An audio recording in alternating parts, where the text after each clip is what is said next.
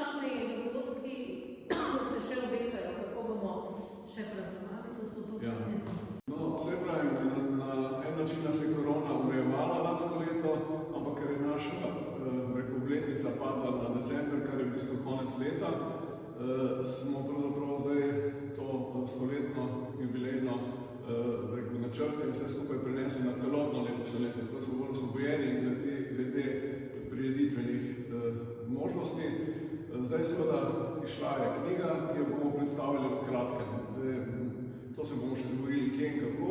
Potem seveda imamo namen narediti eno jumbo plakatno akcijo po Sloveniji, oziroma zdaj v vzhodni Sloveniji, ki bi pač bila poklon likovni ustvarjalnosti, ne bi bilo pa to direktno neko oglaševanje neke konkretne osebe, ampak ustvarjalcev, mogoče mladih in starih skupaj, ampak ta koncept bomo skupaj še nadgradili.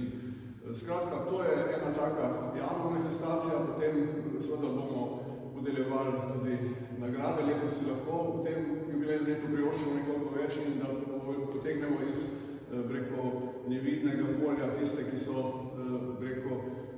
pomembni bili v tem okolju in so prispevali, da se je ta tradicija ustvarjalnosti in seveda društvenega življenja nadaljevala.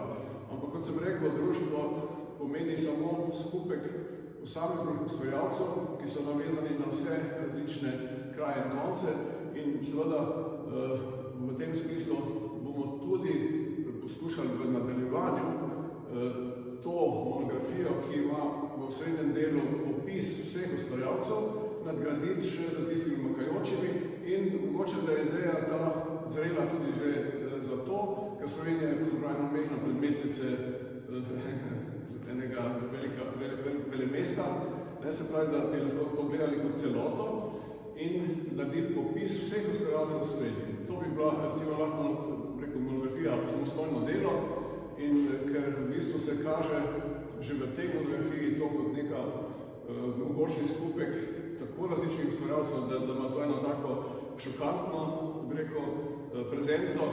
Moram reči, da je celo so pozivi iz Amerike za to monografijo. Se vrati, da so po spletni poti prišli do te informacije. Tako da imamo